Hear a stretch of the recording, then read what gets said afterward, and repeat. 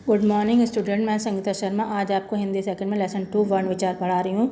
तो वर्ण विचार के विषय में देखिए, वो लेसन में वर्ण के विषय में हम जानेंगे। मुख से निकली प्रत्येक ध्वनि को लिखने के लिए प्रयोग किए गए चिन्ह वर्ण कहलाते हैं। ये भाषा की सबसे छोटी इकाई होते हैं, यानी जो भी हम मुख से बोलते हैं वो वर्ण कहलाती है। और ये सबसे छोटी, ये भाषा में सबसे छोटे अक्षर होते हैं।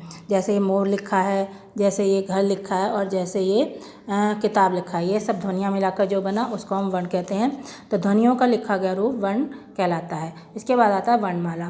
तो हम प्रत्येक भाषा की अपनी वर्णमाला होती है, जिसमें उस भाषा के वर्णों को एक निश्चित क्रम में रखा जाता है। इसकी परिभाषा, यानी जो भी हम वर्ण एक साथ लिखते हैं, लाइन से लिखते हैं, एक क्रम में लिखते हैं, उसको हम वर्णमाला कहते हैं। तो वर्णों के व्यवस्था को वर्णमाला कहते हैं। अब आपको यहाँ पे वर्णमाला भी दिख रही होगी। स्वर अ से लेकर अह तक, अ तक, और अयोगमा में अंगा अह, और व्यंजन में क से लेकर ज्ञा तक अपने अपने वर्ग में दिखाई दे रहे होंगे आपको इसमें।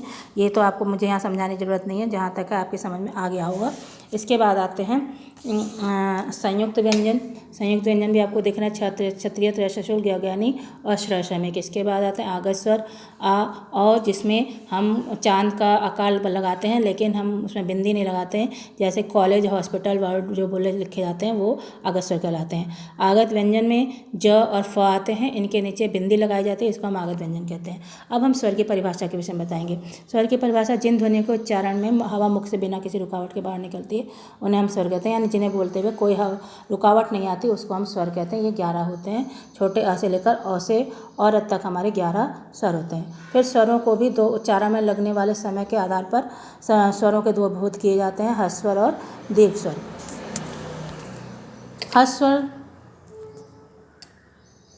ह्रस्व स्वर यानी जिन स्वरों के उच्चारण में बहुत कम समय लगता है, यानी हम जैसे बोलने में बहुत कम समय लगाते हैं, वो हमारे ह्रस्व स्वर कहलाते हैं। ये 4 होते हैं, और ये संख्या में 4 होते हैं। छोटा, छोटी, छोटा ऊ और ऋषि, ऋषि।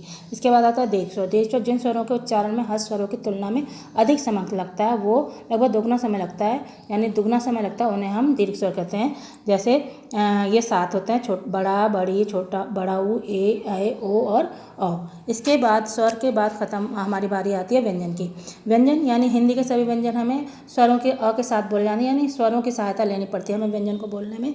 तो हम जिन वर्णों का उच्चारण स्वरों की सहायता से करा जाता है उन्हें व्यंजन कहते हैं। तो व्यंजन को बोलने के लिए बिना स्वर के हम व्यंजन का प्रयोग नहीं कर सकते। इनके उच्चारण में हवा रुककर मुख से बाहर निकलती है।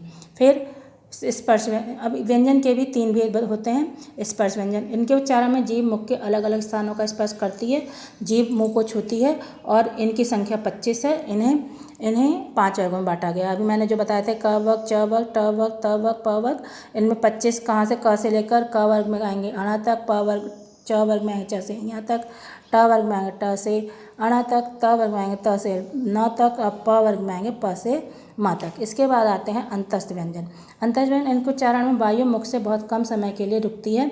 मुख में बहुत कम समय के लिए रुकती है, यानी जल्दी बोली जाती है, कम रुककर और फिर बोल देते हैं। इनकी संख्या है 4 य, र, ल और व।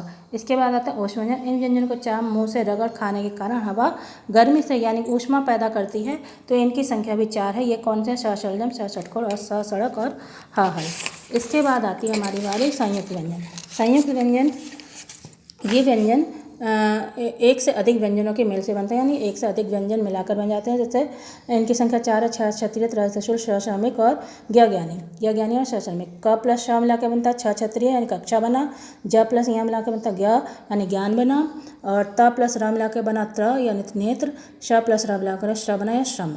अब इसके बाद हम आते हैं स्वरों की मात्राओं पर। स्वरों की मात्राएं आपको मैं कल बताऊंगी इसके विषय में आगे चैप्टर को। यहाँ तक स्वरों की मात्राओं पर मैं आज छोड़ रही हूँ। इसके विषय में स्वर और व्यंजन जो भी बात बचे हैं वो मैं आपको कल इसकी पूरी जानकारी बाकी की विस्तृत और दूंगी।